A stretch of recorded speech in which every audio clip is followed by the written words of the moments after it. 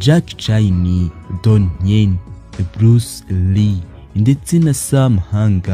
Aba ni bamwe mu bakinnyi bamenyekanye cyane muri iki gihugu cy'Ubushinwa ndetse na Hong Kong. Ntitwakirengagiza yuko bazwi no ku isi hose ndetse n'abandi tutabashije kubabwira. Niba warabonye kandi filime yitwa Killer Zone, ntekereza ko utayoberwamo umugabo ukina muri iyi filime witwa Don Yen hamwe na mugenzi we bakinana witwa Sammo Hung.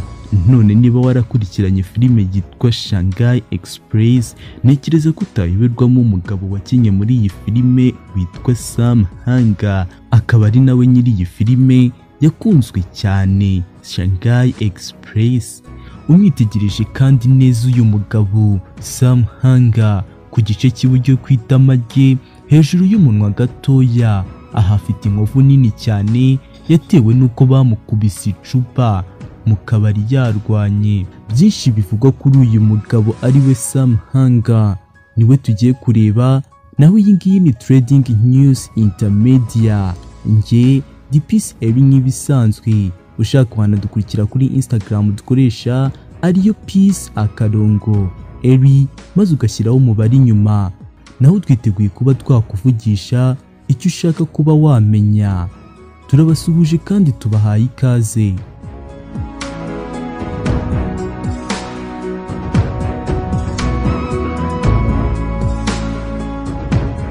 Sammo Hung uzwi ku mazina ye yombi nka Hung Ka-mbo, uyamenyekanye cyane muri filime nka Sammo Hung, akaba yaravutse tariki 7 Mutarama mu 1952. Akaba ari umukinnyi w'amafilime, umuhanga mu mikino njyarugamba, umushoramari, akaba n'umuyobozi wa filime wamenyekanye cyane muri filime z'imirwano, aho yamenyekanye cyane akinana na Jackie Chine, Yuen Biao uzwi cyane nka Gasatsi, tutibagiwe kandi n'uwo bita Don Yen. Sammo Hung yavukiye muri Hong Kong ku babyeyi bakoraga mu bijyanye n'imyambaro muri filime zo muri iki gihugu atuyemo cy'Ubushinwa, naho nyirakuru Chin Sting Anga akaba yari n'umukinnyikazi wa filime ndetse na sekuru byara se Hung Chung Hongo akaba ari we muyobozi wayoboraga zino filime.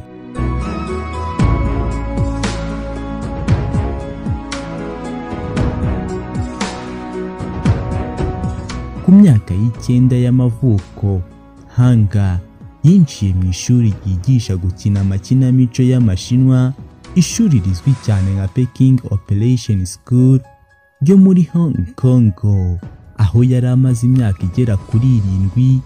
Ku myaka ye 14 y'amavuko, bitewe n'ubuhanga yari afite mu mikino ye njyarugamba, Sammo Hung yatowe n'umwarimu wamwigishaga nk'umusimbura muri filime ukina aho abandi batabasha, ibi bizwi cyane nka stuti.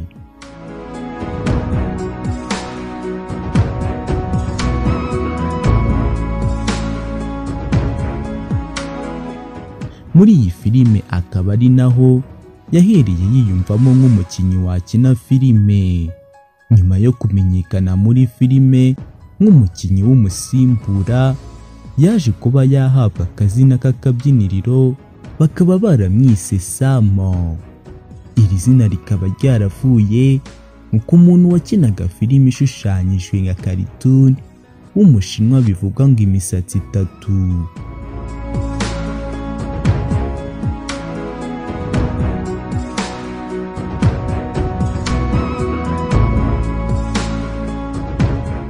Nyuma y'igihe kirekire akora aka kazi, Sammo Hung mu 1988, Hung yaje gukina muri filime Pretended Faces, akaba yaragaragajemo ubuhanga buhambaye mu mikino yakinyemo ngororamubiri. Hagati y'umwaka w'1966 ndetse n'umwaka w'1974, Sammo Hung yakoze muri filime zisaga 30, aho hamwe yakinaga ari nk'umukinnyi ugaragara gatoya muri iyi filime ibizwi cyane na extra, umukinnyi usimbura stuntman ndetse n'umuyobozi w'ibikorwa bihambaye bakunze kwita stuntman coordinator.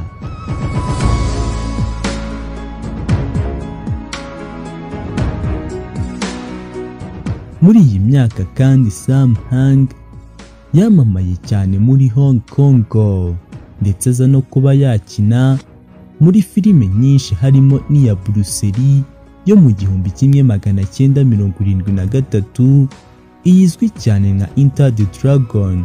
Muri uwo mwaka kandi Sammo Hung yagiye mu gihugu cya Korea y'Epfo kwihugura mu mikino njyarugamba izwi cyane nka Hapkido. Ibi bikaba ari bimwe byakomeje kumufasha kwitwara neza mu kazi ke ko gukina izi filime njyarugamba.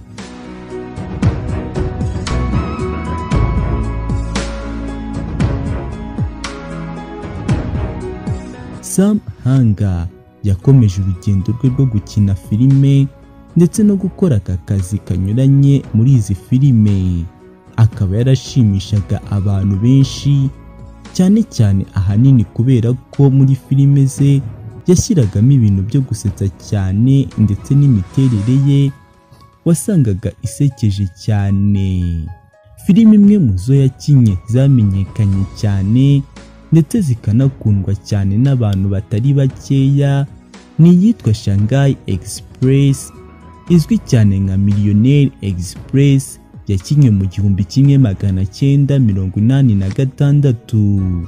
Sammo Hung yagiye akinana n'abandi bakinnyi ba filime bakomeye cyane aha mu gihugu cy'Ubushinwa na Hong Kong. Aha twavugamo Jackie Chan, Yuen Biao, Don Yen ndetse n'abandi bakinnyi bakomeye muri iki gihugu cy'Ubushinwa. Kugeza ubu Sammo Hung amaze gukina muri filime zisaga 75 zamenyekanye cyane kandi zakunzwe hirya no hino ku isi, ndetse akaba amaze ngo no gukora imirimo muri filime isaga 230.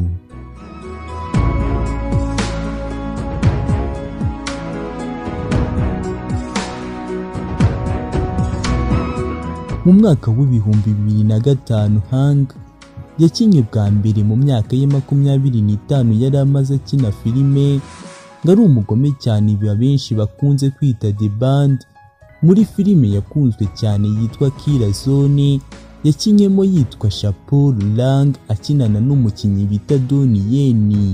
Ubuhanga n'akazi yakoraga muri filime haba mu gukina ndetse no gukora indi mirimo inyuranye mu mafilime byagaragariraga buri wese, bikaba byaragiye bimuhesha ibihembo binyuranye harimo n'igikombe gikomeye cy'umuntu wabashije kuba indashyikirwa mu buzima bwe bwose yahawe mu 2010 mu iserukiramuco rya filime zo muri Aziya muri New York.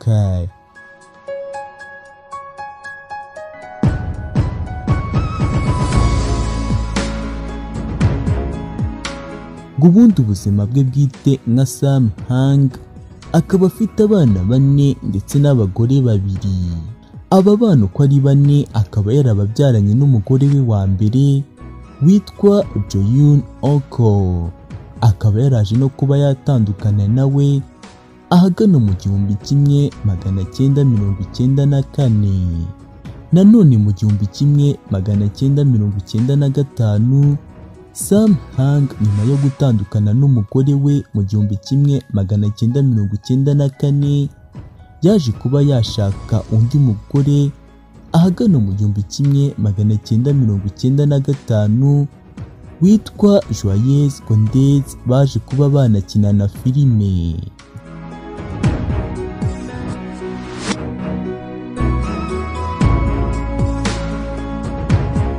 Iyi filime kandi bivugwa ko yagaragayemo gake cyane akinana na mugenzi we Jackie Chan muri iyi filime bise Mr Nice Guy yakinnyemo n'uyu mugore we wa kabiri yari yarashatse.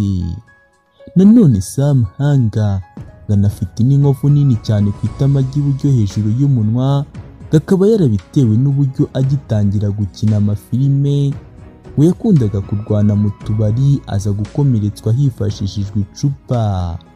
Mu mwaka w'ibihumbi 2009 mu gihe yari ari mu ifatwa ry'amashusho ya filime yitwa Impamani 2 ngo yaje gufatwa n'indwara y'umutima, gajyana igitaraganya kwa muganga abaga umutima, ariko ntiyatinze kuba yakira.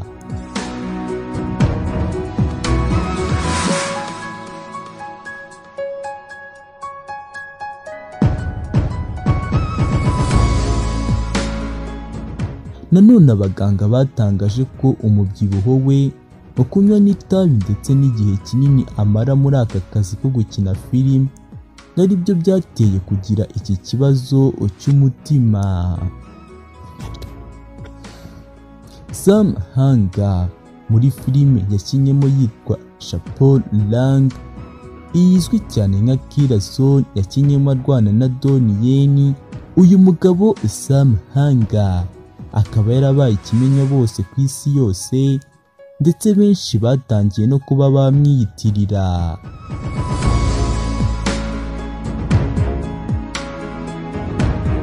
Byinshi bimuvugaho kandi yuko ngo yanashinze kampanyi muri iki gihugu cy'Ubushinwa, harimo nk'iyitwa D&B Films Company Limited ngo bakoreyemo filime nyinshi nka Legacy of Rage ahagana mu 1986. Ni byinshi twavuga kuri uyu mugabo byagiye bimuvugwaho cyane, ariko reka turekere ahangaha aya mateka yaranze uyu mugabo wakunzwe cyane ariwe Sammo Hung. Iyi ngiyi ni Trading News Intermedia, naho njye ndi Peace Eri nk'ibisanzwe. Washaka wanadukurikira kuri Instagram dukoresha ariyo Peace_Eri maze ugashyiraho rimwe umubare inyuma, naho ukajya udukurikirana 5 kuri 5.